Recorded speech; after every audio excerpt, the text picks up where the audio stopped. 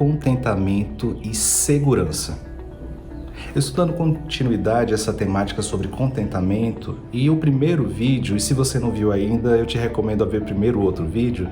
Naquele vídeo nós falamos que contentamento é essa capacidade de desfrutar do contato com o momento presente, com abertura e com significado. E naquele vídeo a gente também falou o quanto que é difícil de falar de contentamento hoje em um mundo que nos coloca o tempo todo para produzir. Nesse segundo vídeo eu queria ir um pouquinho mais fundo e tentar entender por que é que nós entramos nessa lógica. Por que é que nós entramos não numa lógica de contentamento, mas numa lógica de angústia, ansiedade, precisando produzir o tempo todo. A primeira coisa é que contentamento diz respeito à confiança que nós temos naquilo que nós vivemos. A confiança que nós temos na experiência que nós estamos desfrutando. E essa confiança está diretamente relacionada ao que nós achamos que é a causa dessas experiências que nós temos. Eu citei o texto de Eclesiastes que diz que existem duas coisas que Deus faz. Uma, ele capacita o sujeito a ter riqueza e bens, ou seja, a produzir coisas, a ter um trabalho. E a segunda coisa é que Deus capacita o sujeito a desfrutar disso. E isso é uma bênção de Deus. Ou seja, o Eclesiastes ele faz essa diferença entre alguém que consegue trabalhar, que consegue produzir coisas, e alguém que consegue desfrutar das coisas que tem. A experiência que nós temos hoje é que a maioria das pessoas não consegue desfrutar das coisas que já tem. Então, parece que o contentamento é um presente, é uma dádiva de Deus. Mas a Bíblia também faz uma oposição. Para que a gente entenda melhor a natureza do contentamento, ela faz uma oposição do que é o contrário do contentamento. E nós poderíamos pensar, tá, tudo bem, eu sei o que é o contrário do contentamento. O contrário do contentamento é o descontente, é o sujeito que não está contente com nada. Mas a gente pode ir mais fundo do que isso. Eu gostaria que você lesse comigo o texto de Hebreus, capítulo 13, verso 5. Diz assim o texto: conservem-se livres do amor ao dinheiro e se contentem com o que vocês têm, porque Deus mesmo disse, nunca o deixarei e nunca o abandonarei. Tem algumas coisas importantes aqui. A primeira é, ele faz uma oposição entre o amor ao dinheiro e o estar contente. E depois ele diz, por que você pode ficar contente? Porque Deus disse que nunca iria abandonar você.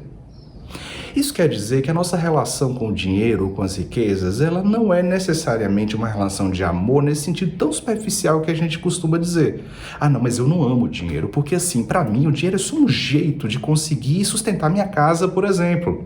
Porque na nossa cabeça, amor diz respeito a um sentimento, como se fosse o tio Patinhas, lembra? Que ele tem um amor no sentido de paixão, assim, pelo dinheiro, em que ele olha para a moeda dele e ele faz declarações de amor. Mas não é isso que a Bíblia está falando, porque a Bíblia fala de amor muito vinculado à noção de fé. E fé diz respeito àquilo ou àquele que nós depositamos a nossa confiança, a nossa segurança.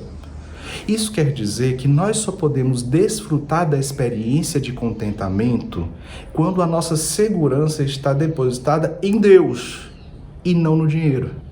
Quando a nossa segurança está depositada em Deus que nos dá o sustento, e não em nossos braços que produzem o dinheiro que nos daria o sustento. E é por isso uma oposição entre Deus e o dinheiro assumindo o caráter de divindade. Porque nesse ponto, divindade é aquele ou aquilo em que nós depositamos a nossa fé, a nossa confiança. Pois bem, falando assim no geral, parece claro, assim, não, entendi então, eu tenho que rever o meu espírito, rever a minha mente e perceber em quem eu estou depositando confiança, se eu tenho uma certeza de que é Deus que vai me dar o sustento, ou não, se eu estou confiando no dinheiro que eu tenho, na reserva que eu tenho, ou no meu braço que produz dinheiro. Mas cada um de nós tem uma história diferente, e aí eu queria descer ainda um pouco mais. É que alguns de nós viveram em um ambiente familiar que era inseguro. Viveram em um ambiente familiar em que às vezes tinha, às vezes não tinha. E que não tinha muitos sinais de quando ia ter e quando não ia ter. Alguns de nós, por exemplo, viveram em um lar em que o pai dizia assim, olha, mês que vem a gente vai fazer uma big viagem, vai ser muito legal. E o mês chegava e não tinha viagem. Alguns de nós viveram em um contexto em que, por exemplo, havia alguém que era alcoolista E o alcoolista gera uma instabilidade absurda, porque você olha para a pessoa e é a mesma pessoa, e hoje ela reage de uma forma e amanhã ela está reagindo de outra forma. Mas nem precisa ser alcoolista. Boa parte de nós viveu em um ambiente em que a instabilidade não era a exceção, mas era a regra. E mesmo aqueles de nós que viveram num ambiente estável, podem ter convivido com as ameaças de instabilidade o tempo todo. Olha, tá tudo seguro aqui, a gente tem direitinho, mas é porque a gente está se controlando, porque senão daqui a pouco vai ter algum cataclisma. E eu estou exagerando, mas na verdade eu estou tentando fazer uma diferença entre um contexto familiar que te ensinou que a confiança vem de Deus, ou seja, a confiança vem do fato de que nós reconhecemos a nossa provisão de onde vem, e aquelas famílias, aqueles contextos familiares que nos ensinaram de que nós temos que estar atentos o tempo todo à possibilidade de que tudo se perca. Pois bem, a experiência de contentamento, muito diferente da experiência de passividade, é a experiência de alguém que coloca sua confiança em Deus a tal ponto em que pode desfrutar das coisas que tem. Deixa eu te dar mais um exemplo. Tem alguns de nós, e talvez você se identifique com isso, que quando está tudo bem, começam a ter medo. Você conhece essa experiência? Quando está tudo bem, eu estou me sentindo tão bem, as coisas aqui em casa estão todas tão certinhas. Meu Deus, o que é que vai dar errado agora? Porque na cabeça dessas pessoas, se está tudo calmo, é porque vem uma tormenta.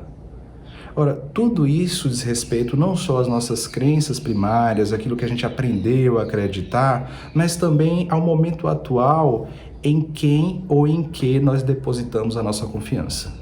Se é em algo tão evanescente quanto o ter dinheiro ou não ter dinheiro, quanto a minha capacidade de trabalho ou amanhã ter uma impossibilidade de trabalhar, ou se nós depositamos a nossa confiança em um Deus em que não há sombra de variação, em um Deus que diz que se você busca primeiro o reino de Deus e a sua justiça, o seu sustento será acrescentado. Agora, só um parentesinho, às vezes nós queremos transformar, dar uma outra forma para o texto bíblico de acordo com a nossa cultura atual. Isso é um problema. Porque algumas pessoas leem um texto desse assim, olha, busque primeiro o reino de Deus e a sua justiça e todas as coisas lhe serão acrescentadas. Isso não está escrito. Não é todas as coisas, porque o nosso mundo capitalista transforma todas as coisas em coisas demais e coisas que, inclusive, em seu excesso podem nos prejudicar. O que o texto fala é Jesus falando sobre o vestir, sobre o morar, sobre o comer, e ele diz, se você busca primeiro o reino de Deus, você está confiando que Deus vai prover este sustento para você, não todas as coisas que a sua cultura diz que você tem que ter, mas essas coisas que mantêm o seu sustento. E nesse sustento, aí já é um outro texto bíblico, você deve estar contente. Tendo aquilo que beber, comer, esteja contente, seja, desfrute disso. Porque alguns de nós têm tido a condição de ter a comida, mas de pensar, será que amanhã vai ter? E o que Jesus fala é assim, desfrute da experiência daquilo que eu tenho te dado. Será que você é capaz de olhar para tudo que eu tenho dado como provisão para a sua vida e desfrutar disso? Talvez, se nós tivermos a segurança depositada no lugar certo. Para que essa segurança esteja no lugar certo, talvez a gente precise ressignificar um pouco a nossa própria experiência de trabalho ou de provisão. Sabe por quê? Há um tempo atrás, e aí já se vão alguns anos, eu estava começando a minha carreira e uma frasezinha ficou martelando em minha cabeça, que é a seguinte: o meu trabalho é a forma de sustentar o meu ministério. E naquela época eu acreditei muito firmemente nisso.